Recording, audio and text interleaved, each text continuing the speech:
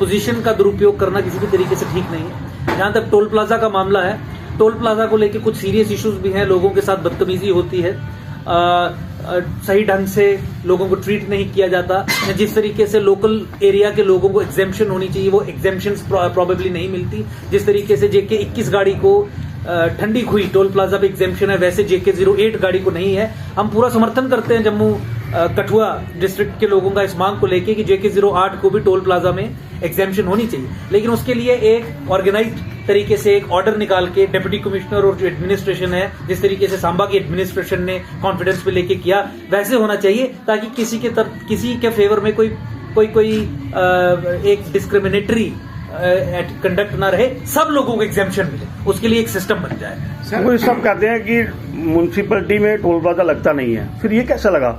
हाँ, इसका विकल्प क्या है? देखिए, इसकी ये बिल्कुल सही आपने कहा कि कानून में म्युनिसिपल लिमिट्स में टोल प्लाजा एग्जिस्ट नहीं कर सकता। इस विषय को लेकर मुझे लगता है कि जब सरकारें हमारी बात नहीं मान रही है, तो मैंने भी निवेदन किया था कि मुझे लगता है कि फिर अब कोर्ट जाने के अलावा और कोई चारा नहीं है। मुझे लगता है कि मैं निवेदन करूंगा यहाँ की जनता से, आइए मिलके ये डिसाइड करें, क्योंकि जब तक जनता का सहयोग नहीं होगा कोई भी निर्णय इस विषय पर लिया नहीं जाता।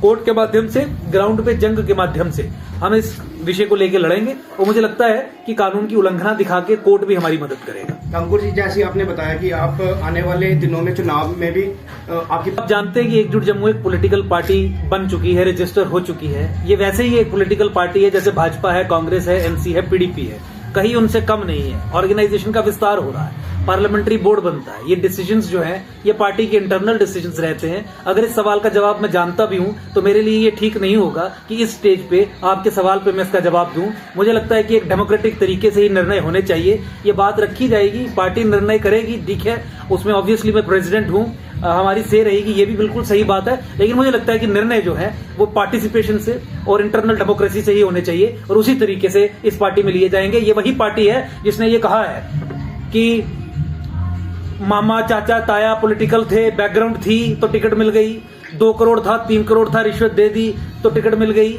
पढ़े लिखे लोग, आम घरों के टैलेंटेड लोग जो देश के बदलाव के लिए कुछ कार्य करना चाहते हैं, उनका कुछ नहीं होता। ये वैसे ही लोगों को टिकट देने का कार्य करेगी और इसी दृष्टिकोण से एक पार्टिसिपेटिव, ट्रांसपेरेंट और अकाउंटेबल तरीके से ये निर्णय होंगे। सबसे पहले कठुआ के मेरे मीडिया के बंधुओं को ही ये जानकारी दी जाएगी एक्सक्लूसिव कि कौन सी सीट से कौन कौन कैंडिडेट्स उतर रहे हैं। ये मैं आपको आज इस प्रेस कॉन्फ्रेंस के माध्यम से आश्वासन देता हूं।